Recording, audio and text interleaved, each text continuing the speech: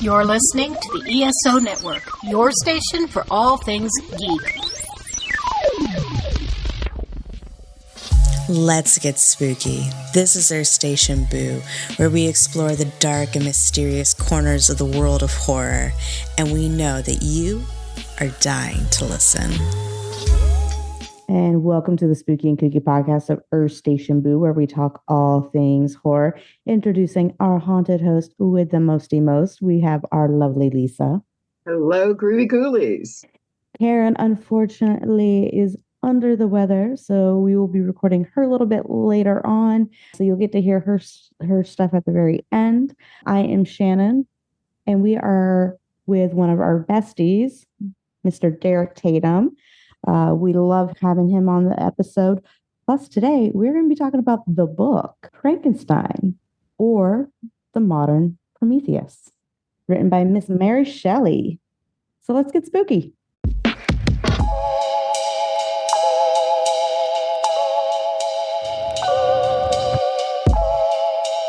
Hey Horrorholics, it's Shannon. Earth Station Boo has just launched its brand new merch store.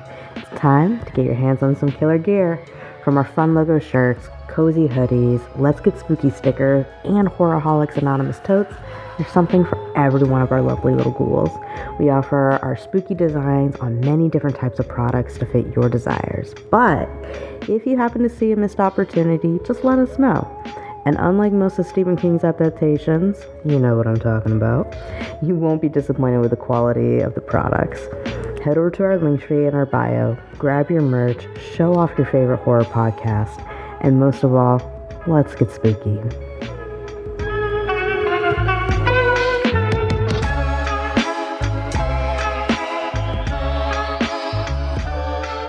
Howdy! A new year means it's time for a new season of the Dragon Con Report. We're here to help you plan, learn more about the con, and make the most of your trip. From guest announcements to tips for navigating the con, we've got you covered. Catch the latest episodes wherever you get your podcasts. Because Dragon Con is better when you're ready for it. The Dragon Con Report, your ultimate guide to the con of all cons. Subscribe now and start your adventure.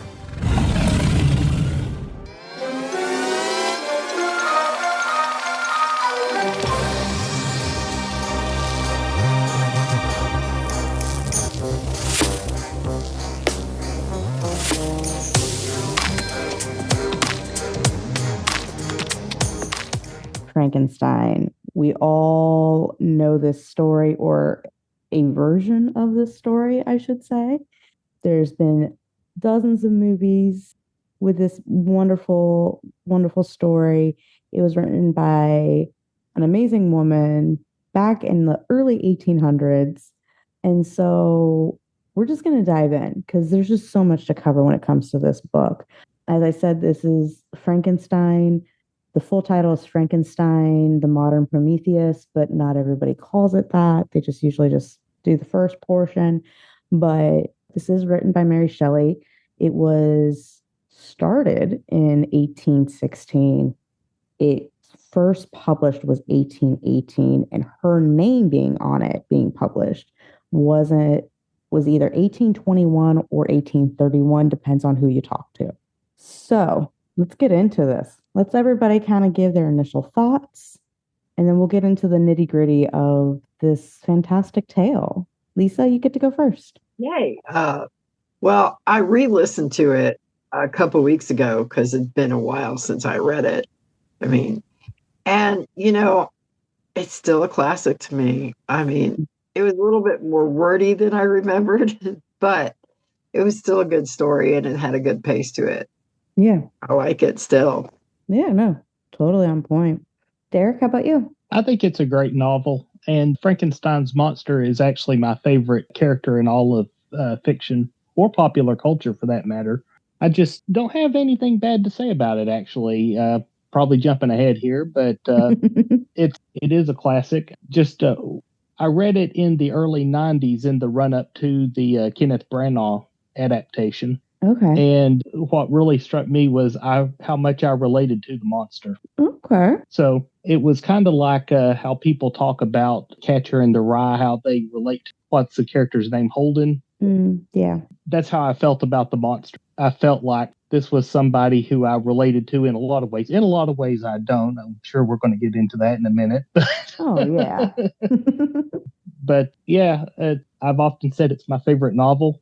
And I do like a lot of the adaptations of the book, even though many of them are not very faithful at all. So Yeah, yeah. Well, and we'll kind of touch on that later on as well, because that is very much true. I mean, even the popular version that most people have read is not even the original version of the book. So yeah. Yeah, I nearly broke down and added another edition of the 1818 edition to my library, but I was like, how many copies of this book do I really need, you know? I have the Barnes and Noble, you know how they have like the classic literature, like old timey but funky looking Oh yeah. cover ones. I have one of those. I have, I think it was like a Penguin Books version of it. So it's like a pretty basic standard kind of Yeah. cover. And then I have the audio version because sometimes my ADHD doesn't let me read, but I still want to consume it. So, and that's what I did the past couple of days was I re-listened to it. It's 8 hours or just over 8 hours for the audiobook. And I believe Spotify, if you have premium, you can listen to it on there for free. Like I don't think you have to purchase it. But My favorite edition is the Bernie Wrightson illustrated edition. In fact, that to me is the definitive visual of what the creature looks like. yeah. Actually, before we get into like all the main questions, did you guys know like what we like visually think of as Frankenstein is not what the book describes? Like all the like weird body parts put together, especially when it's like from multiple different corpses and all that kind of stuff. I would say, I don't know, for myself, I do tend to focus on the book. So I'm probably not a good barometer there. but yeah, I know a lot of people tend to think of old Flat Top from the 30s 31 film. Yeah.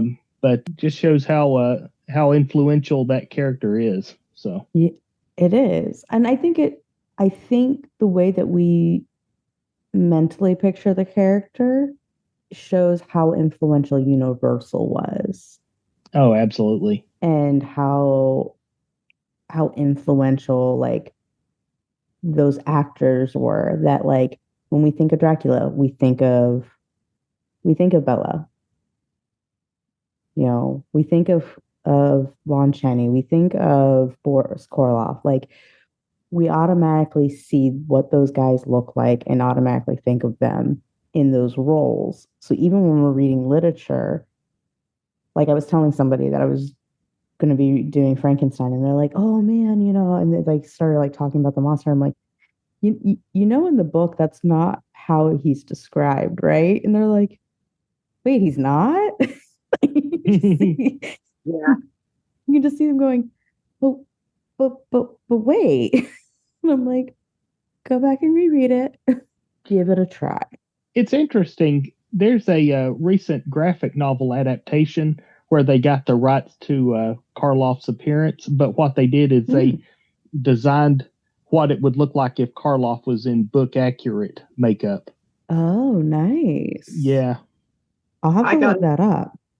I got it on my pull list at the comic book store. They're supposed to get it for me. So, oh, nice. Yeah, I was excited about that. That sounds cool. Okay, so let's go ahead and get into this.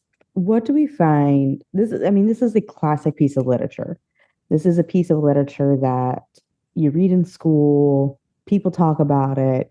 It's something that, like we've all said, we've read this a number of different times. What do we think makes this an amazing piece of classic literature?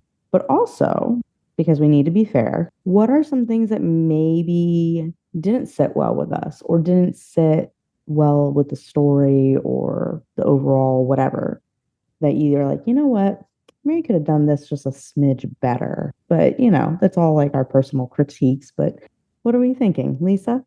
I do like the time period and how it was described, and it makes it a good because you feel like you're there.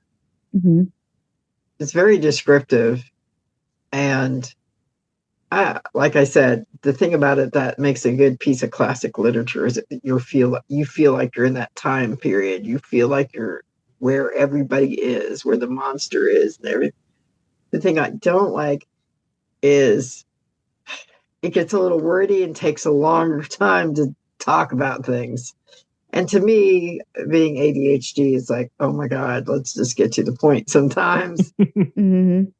That's why I listen to Stephen King books and not read them. So, yeah.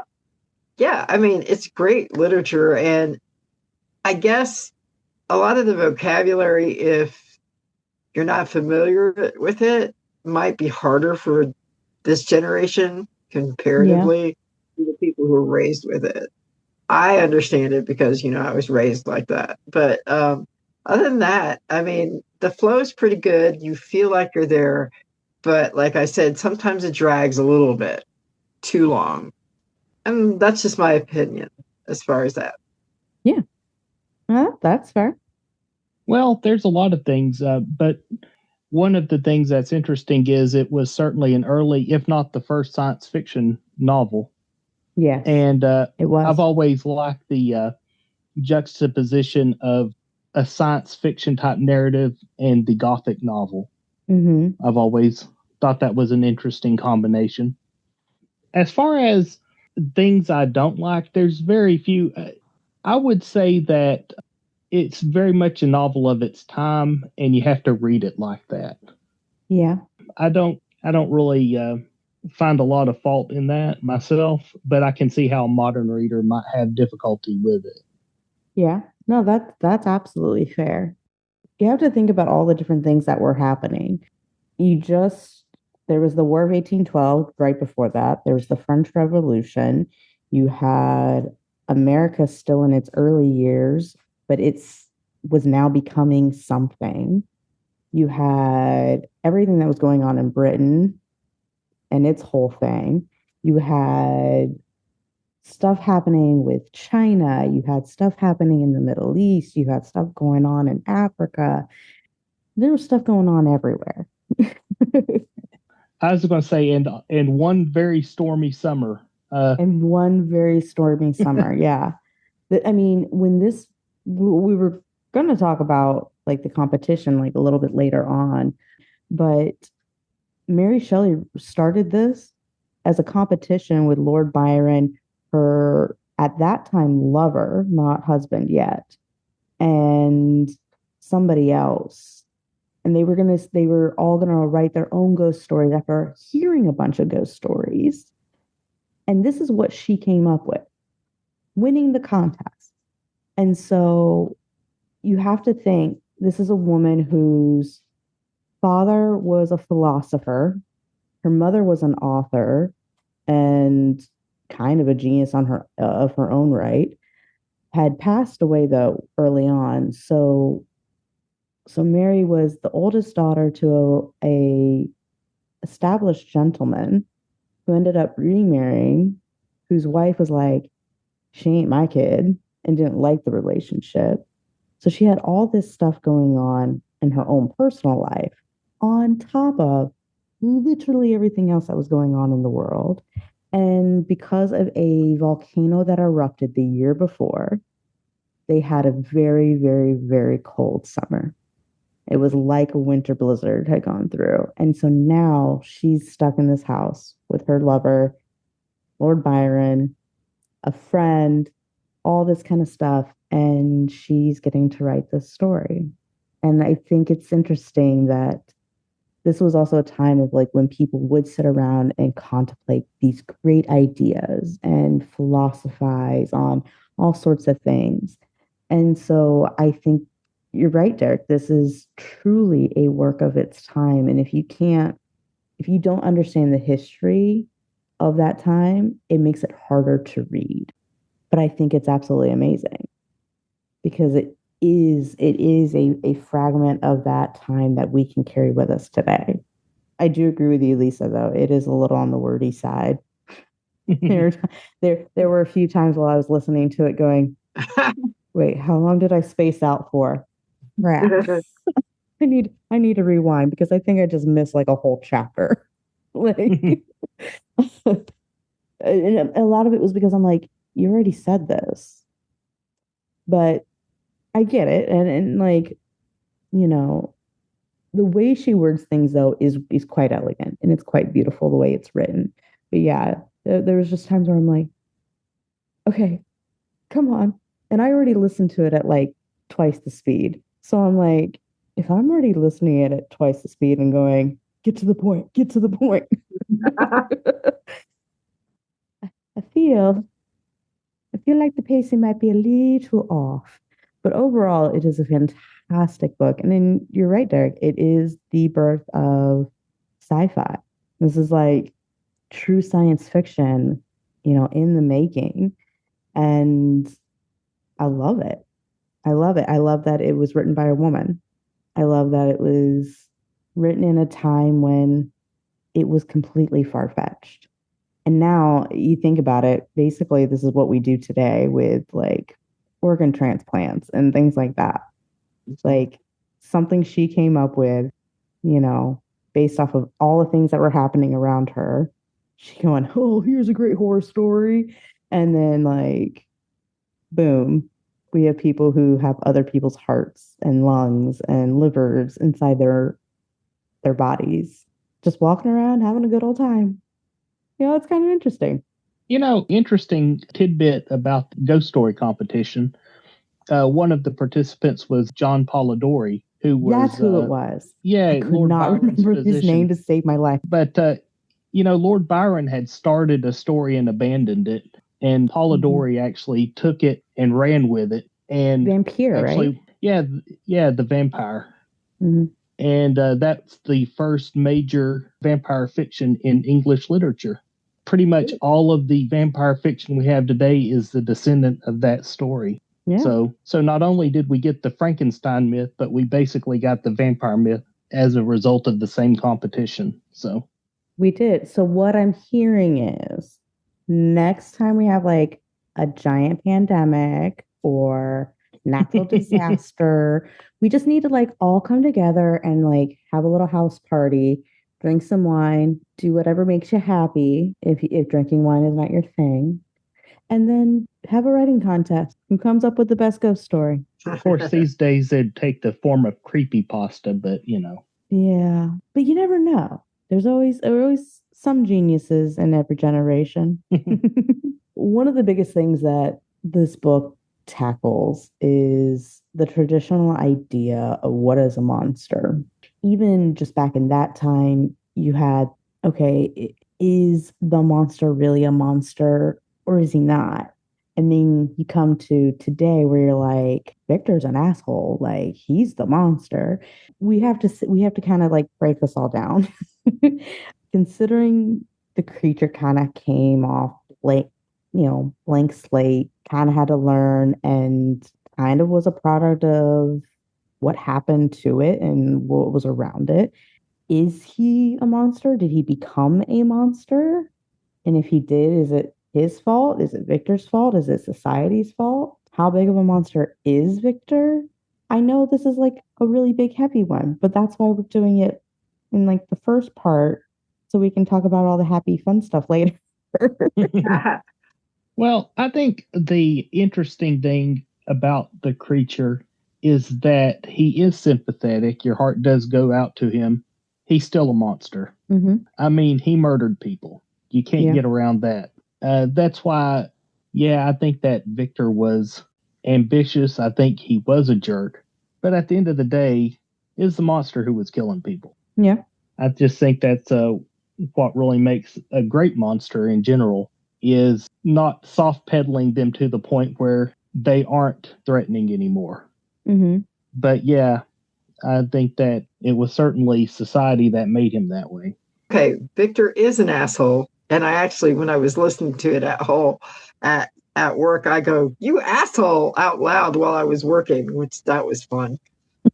But I don't think the monster would have been monster if Victor hadn't abandoned him and society hadn't treated him the way he was. It's a basic nature versus nurture. Mm-hmm. And he learned the more he actually kind of became the monster, because he started when he was learning to read and watching this couple. He wanted what the farm people wanted so bad.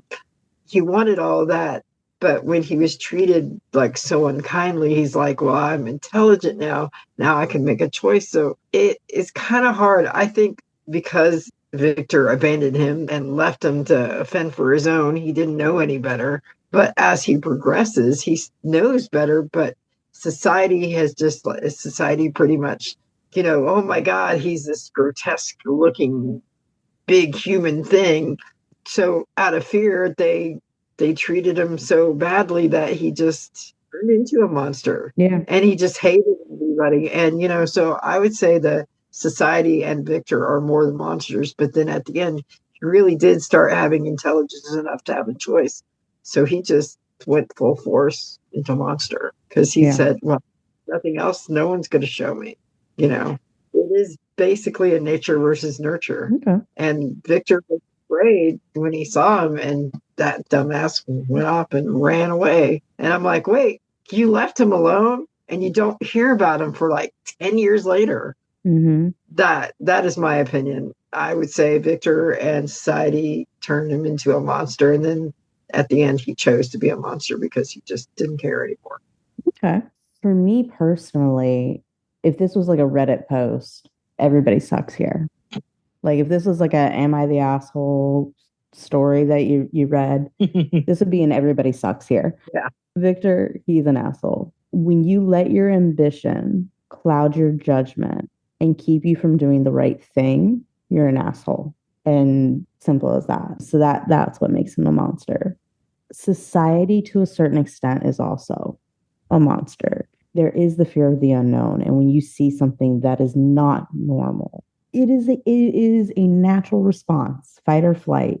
You're going to be scared. It's natural. However, once you move past that initial reaction, then what is it that you're doing? But Derek, you had it right. The monster chose to kill. The monster chose to do all these things. And even though he was intelligent, he lacked empathy and he lacked compassion and understanding that I don't look like everybody else. I'm not like everybody else. So they are scared of me, but that doesn't give him the right to kill. It doesn't give him the right to be vengeful. It doesn't give him the right to basically destroy everything he touches going forward. I'm not saying that he got dealt the best hand. He definitely did not. However, even when you're dealt a bad hand, at the end of the day, you are still responsible for your actions. Exactly. And killing, killing for the sake of killing and killing as a way of revenge is not right. Isn't right. So like I said, this is an ESH. Everybody sucks here. Everybody's an asshole. Yeah. And I think that was kind of interesting that that's how she wrote it, where it was like, okay, we started here. We got to move up. We got to go forward. Like this is art reflects reality. So her writing this shows that like that's what she saw in the world. And I know that there were other pieces of work, and I want to say there was also some documentation from like somebody's diary or something like that they would have discussions on enlightenment and romantic mindsets, essentially. One of which is like, hey, those in power need to be responsible and do what's right. And the other is saying that we as people need to do what's right. And it's interesting conversation. But, you can see that these things are kind of coming back and forth throughout this entire piece of work.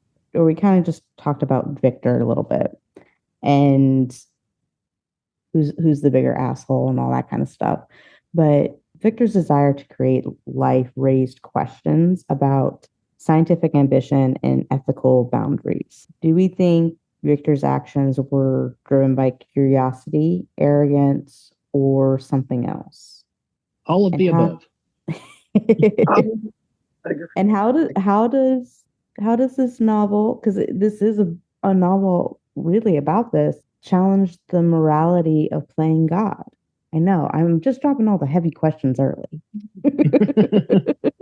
Well, This is a hard question. It is. I mean, I think his intentions were good because he wanted to find out the stuff, and he's all those other scientists that were in the school. I can't remember the word.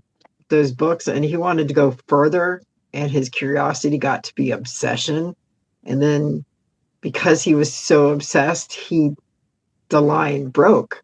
Like at first, it was just like, I'm curious to see what happens, and then it's I've got to do it, and then it became when he went to the graveyards and all that kind of stuff, and he was so obsessed that there was no line drawn anymore. It was good intentions. You know what they say about good intentions? It's the road that paves the road to hell, and he just couldn't stop.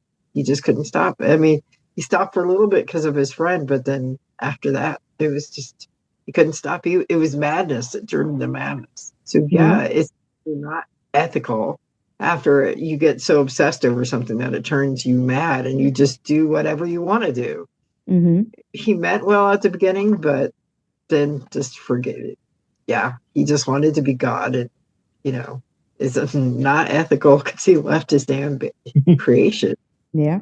Oh, it's hard. That's a hard question, but yeah, I would definitely say it's not ethical after he lost it and just kept going. Yeah, I mean it's one of those deals of when do you stop to say, am I willing to deal with the consequences of my actions if I keep going? And I feel like that's something that you should do consistently, but it seems like Victor didn't do that ever. For some very selfish reasons, he wanted to prove that. Yeah, I mean, honestly, there wasn't a thing he did that wasn't about himself. Correct. And well, I will say this. Probably the only thing he did that was thinking of other people was when he was trying to hold off getting married. That was the only time when I was like, okay, he actually, might be somewhat human. Because he was actually thinking of somebody else in this moment. But for the most part, everything he did in this book serviced himself and not, it was always for selfish reasons. It was always to get him ahead, the whole nine. And not saying that like you shouldn't put yourself first and take care of yourself and try to get ahead in life, but to do so at the cost of others is where like the line starts to get a little like, Derek, how about you? What are your thoughts on this? Well, I see it more as a story about responsibility than anything else, because I don't really think what he was doing was wrong in and of itself. It's just he wouldn't take responsibility once he got the effect he seemed to want, Yeah. He abandoned the creature. And yeah, that's really about all I have to say about that, is that it's a story about responsibility more than condemning his actions, if that makes sense. No, that does.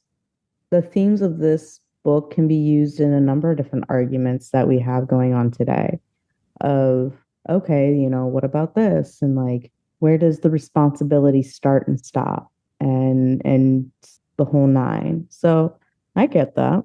I think that's fair. As we already stated, that Mary Shelley wrote this when writing novels, especially horror, was considered, society-wise, was considered a male-dominated world. And yes, I did use my little quotation fingers, y'all.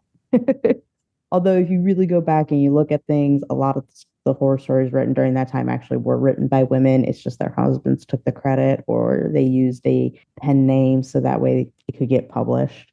But how do you think her experience, though, as a woman in the early 19th century, early 1800s, influenced her portrayal of ambition, of power, of responsibility in this novel?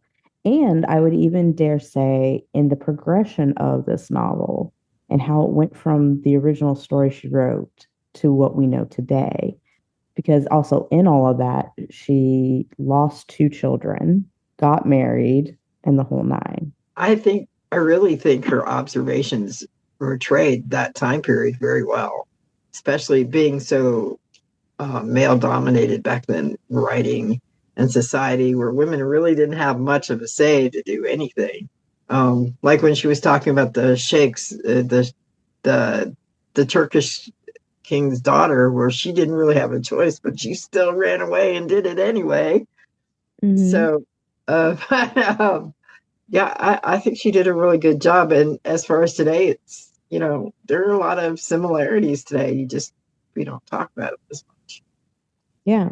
Do you think if this was written by a man, it would have had the same kind of tone No, in a lot of the themes? No. I don't. So like the way that she talked about ambition, the way she talked about responsibility in the book, do you think it would have been the same if a man had written it?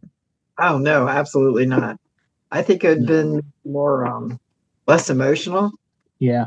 Mm-hmm. I think if it was written by a man, you probably wouldn't have that sympathetic or emotional connection, even though, the monster was a killer and he decided to become a killer. You still, at the beginning, you wouldn't have felt sorry for him at all. I think it would have just been, this is the facts. And, especially back then, because, men tend to be a little bit more scientific, like H.G. Wells type of thing. Do you think it would have been more of like a manhunt when it comes to the way Victor and the monster would have interacted? Like in this, there is the emotion, there is the fear, the dread, the horror of what he's done and all that kind of stuff, and then there's the anger and everything. But do you think at some point, like they would have gone basically on their own individual manhunts after each other, and that's what the story would have been? Maybe. Mm-hmm. I really can't answer that. Maybe, maybe not. I mean, this is like super nuanced. So. Yeah. I think like, I don't know. Yeah. So, okay. Could be. Derek, your turn. I don't really have a whole lot to add, but I do find it interesting that even now people try to give her husband, Percy Shelley, a lot of credit for the writing of the novel, and I don't know. I just don't see it myself, but it doesn't match any of his other writing. That's why I'm like, why are you guys doing that? It doesn't match his style of writing. Yeah. Nature is a recurring theme throughout this. Storms, being up in the North Pole, everything. How do we think the landscape and the descriptions of the natural world reflected the characters' emotions and overall tone of the story?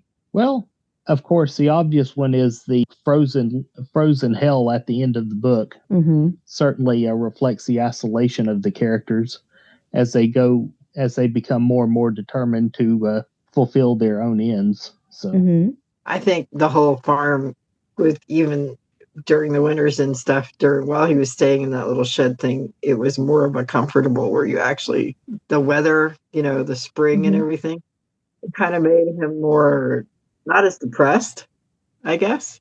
Okay. Yeah. Yeah. I mean, he felt, even though he wasn't part of the family, he felt like he was part of something. And the weather, even if it was cold, he was still happy because they were happy, if you know what I mean. So, but yeah, definitely the end where the frozen North Pole. Yeah. I actually really love the way she described nature. She constantly described it in ways that you could actually picture it. Like you could picture the spring. You could picture this icy hell. Like you could physically see, like in your mind, unless you have like, is it aphantasia or something like that, and you can't picture things. But anyways, if you can picture things in your mind, you could picture what nature was like. And I think that showed the way that you could connect to it. Because when you think of spring, you have a warmth inside you. You kind of feel cozy and warm, and you can feel that breeze and it's refreshing. But then you also know that bite of like icy cold where, you feel like your fingers are going to fall off. Those things add to how you feel as a person of, like you said, feeling included in something, even though he wasn't in something. and feeling isolated when he wasn't isolated. I think you guys hit the nail on the head on that. Like both of those, just the dynamics throughout it all were there. What is something that you absolutely loved about this story that if you didn't say anything else about this book, this is the one thing you'd say, hey, this is why you should read it? Well, to me, it goes back to what I said earlier. I like the fact that the creature is sympathetic, but he's still a monster. Mm-hmm. And that's a dichotomy that I wish a lot more authors would explore instead of just going one way, too far one way or the other. Yeah. I agree. I agree with Derek. I would say the same thing. The monster, even though you're sympathetic, he is still a monster. Yeah. Nature versus nurture thing. It's a good societal type of lesson. So let's go ahead. Let's wrap it up. We're going to do our final thoughts with our ratings, 1 to 5 skulls, because they at least tried.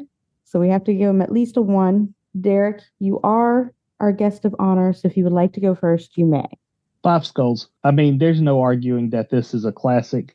It's one of the pillars of the genre. Mm-hmm. And it continues to inspire artists. I mean, we're even getting a new version from Guillermo del Toro later this year. So yeah, and this is one of his favorite stories.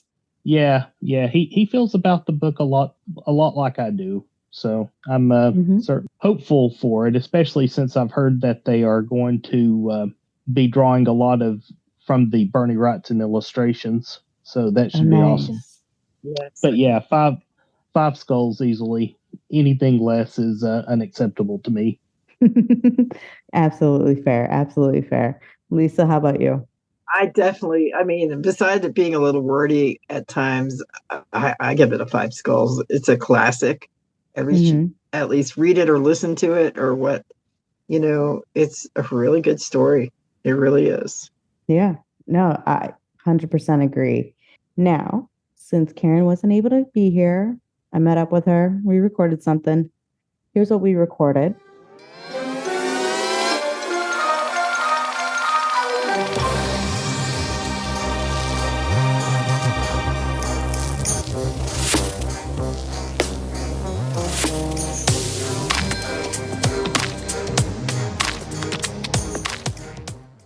And as promised, here is Karen and her thoughts on this magnificent story of Frankenstein. Yeah, so Frankenstein. Everyone gets confused and called, Frankenstein, the monster Frankenstein. The monster is not named Frankenstein. It's Victor Frankenstein, okay? We're talking about the man. That's my only queep about that. I actually really enjoy the book for, its significance to the horror genre. The fact that it's really different from most horror that you see, because it blends sci-fi with it. And you don't see, like, most during this time period, most horrors are in castles and whatnots. This is actually in a lab, in a city, a bustling city at that. And, it focuses on a man who is very narcissistic and who believes he can be God by creating his own human. Because, if as God, you create, your own people within your image, he decides to do the same thing. But instead of creating a person in his own image, he created a monster. I mean, poor, Adam. Yeah, Adam. Yeah, poor Adam. He was mistreated. I mean, I understand, what he was going through because, he is a monster. And his father, quote unquote, creator, left him in fear. At least God had the decency to watch over his children that created, give them a set of rules to live by, teach them. But no, this poor young man, creature, Promethean, had to figure out everything himself. And he didn't find any love in, any respect through all that. And to me, everyone thinks Adam is the monster. And I'm like, no, he's just the victim of the monster. Victor Frankenstein is the monster. He created something and he abandoned it. How as a father and a creator and a god, quote unquote, do that to his creation? I mean, yeah, he created this thing out of body parts. And then, he's like, oh, I could do this. And then, oh, no, I did it.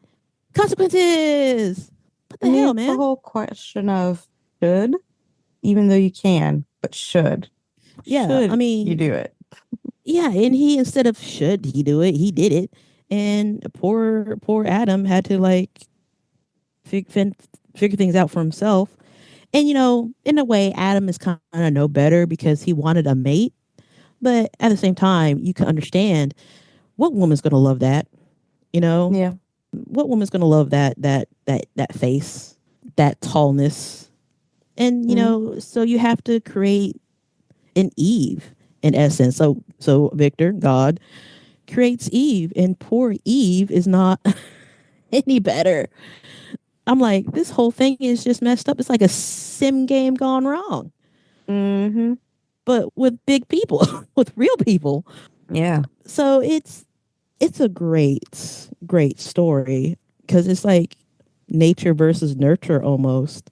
I mean, we all know Victor Frankenstein was not nurturing at the least. And so nature had to take over to where he failed and Adam had to learn things by himself. Mm-hmm. But Mary Shelley, as a 19-year-old, creating this story is very mind-boggling because she was 19 in a male-dominated world. Mm-hmm. And the fact that her parents were also literary giants in their own right kind of puts too much pressure on you, really, if you think about it. But she was able to create a story and weave a story about man's inability to limit himself and not see his own flaws for what it is. Mm-hmm. Because as humans, we do have this pride where we think that we could do anything we want and try to get away with it. But once our creation or creativity or whatever is hitting us in the face, we run in fear of it. It kind of reminds me of AI in a way. Mm-hmm. Adam kind of reminds me of AI. We created this thing and now we have to put limitations on it because it's learning too fast. I mean, yes, we're the ones that created it, but we're also the ones that's teaching it. Mm-hmm. Unlike Adam, he had no teacher. Yeah.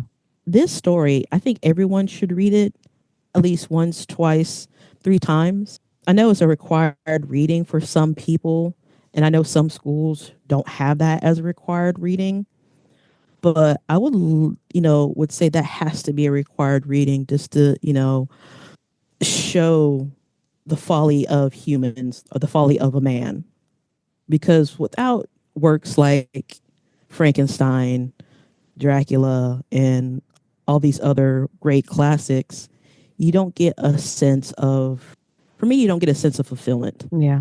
Because you don't get to see life on the other side, be it fiction, nonfiction, or anything like that. Classics like this should be learned, should be studied, and should be required reading, especially for a female writer. Mm-hmm. Because growing up, I didn't really have that many female classic writers. We always read male-dominated ones. Yeah. So as a woman, I advocate for this book to be read either as a lesson for school, college, or for pleasure. Because you shouldn't really limit yourself to what society wants you to read. Yeah. Because, it should, I agree with you on that. It should be absolutely required. And, for me, it's like Mary Shelley, this young woman living in poverty. Because, at first she didn't want to say that she wrote it. Mm-hmm. But then, she was like, okay, this is what happened. I did write it. And she didn't really get the same recognition in my eyes as the men around her. I mean, she kind of died in poverty with her husband, which is kind of sad. Yeah. She could have been so great. She could have been Jane Austen or mm-hmm. the Bronte sisters. but this is like the one work that everyone knows of, and it's kind of sad. It is really sad. Yeah. But she's a woman in horror. The mother of sci-fi. Yeah, the mother of sci-fi. So that's my thoughts on Victor Frankenstein. He is the monster, the true monster of this tale. I don't care what anybody says. If you're going to be a god and take care of your shit. Yeah. If it's like, too heavy for you, why did you create it? Yeah, exactly. Damn if you do, damn if you don't. If you're going to create it, take care of it. Couldn't agree more. How many skulls would you give this? I would give this a 5. Yeah. Fair. Because I didn't see many flaws in it. Like I said, like the only thing I did is like, I'm like, God, these block paragraphs, man. And then, my sister-in-law had to remind me, it's like, Karen, that's how they wrote back in the day. Remember? I was like, oh, yeah. It's been a while since I read a classic. Yeah. I'm so used to, like, breaking paragraphs, not having this whole full block paragraph. Yep. And she's like, you also have to remember, she's 19, Karen. This is true. She's 19. And I was like, yes, I know. So there's, like, very little flaws I could find in the story. I actually enjoy the story. If who should make this into a movie? Like, Robert Eggers, he would do a fantastic job of taking the book. Del Toro is. Del Toro's making one? Yeah. Comes out end of 2025. Oh. By the end of this year, we'll have his version. Okay, I'll check that one out. But I also want to see what Robert Eggers could do too. Because Nosferatu is beautiful. I think Eggers would do a great off adaptation. So yes, maybe not exactly using the same names like Frankenstein and Victor and all that, but doing a twist on it. Oh yeah, I think he would do fantastic. But what's his latest project? Isn't he already has one? I thought he was doing his version of the Wolfman, if I remember correctly. I don't remember. I'm trying to get my sister-in-law to watch Nosferatu with me since it's out on streaming. Yeah, he's doing Werewolf, a 13th century werewolf film. Yeah. And it's supposed to release in America Christmas Day 2026. Oh. Yeah. So that's going to be amazing to watch. And he co-wrote it too. Even better. Yeah. But, so it's going to be full of folklore. It's going to be fire. Yeah. Well, cool. Well, thank you very much. I'm glad we were able to record your thoughts. I'm glad I was able to get that recorded as well. Life happens, so sometimes we can't have a full conversation. Life first. Life first. Yes, life first. Well, thank you, Karen. Now let's get back to the show.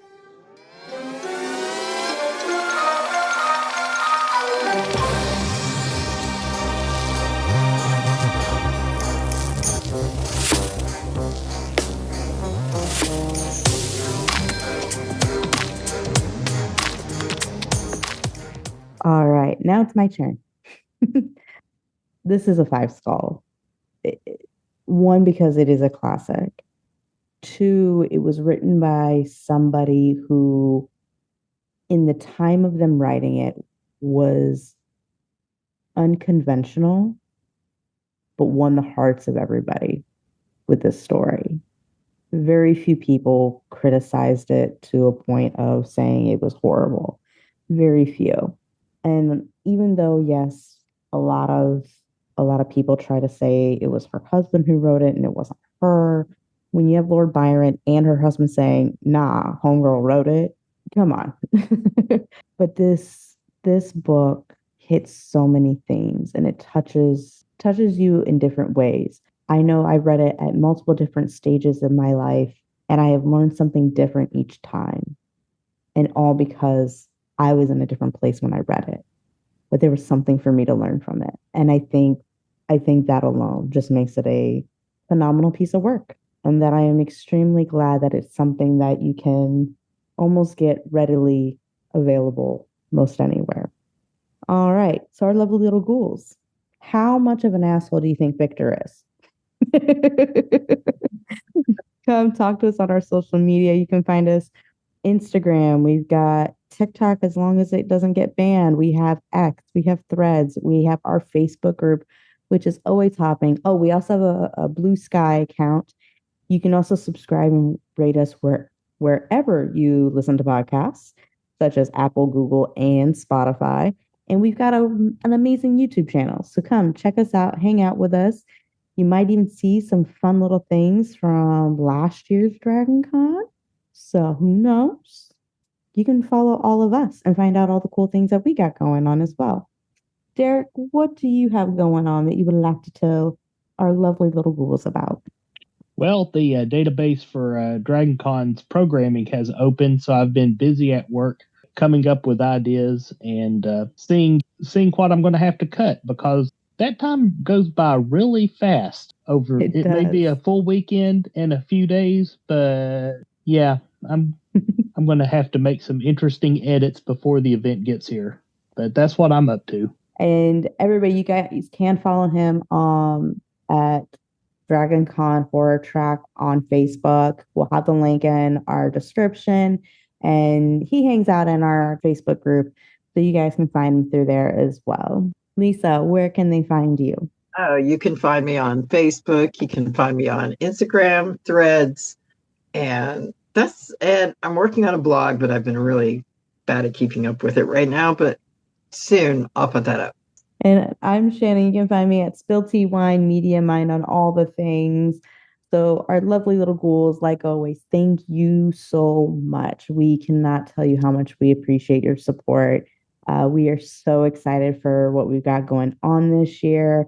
And you guys being there with us is just absolutely amazing. Derek, again, thank you so much for joining us. We love it when you come on. You're a little rock star. We love it. Thanks for having me. You're more than welcome. So, like I said, really love and appreciate you all. So, stay spooky, our little ghouls.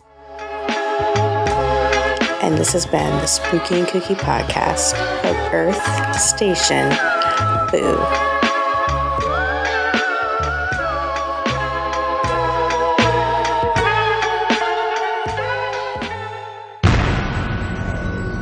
This has been a broadcast of the ESO Network. Be part of the crew and help support our shows by donating to our ESO Patreon or by shopping at the TeePublic store, which can all be found at www.esonetwork.com. The ESO Network, your station for all things geek.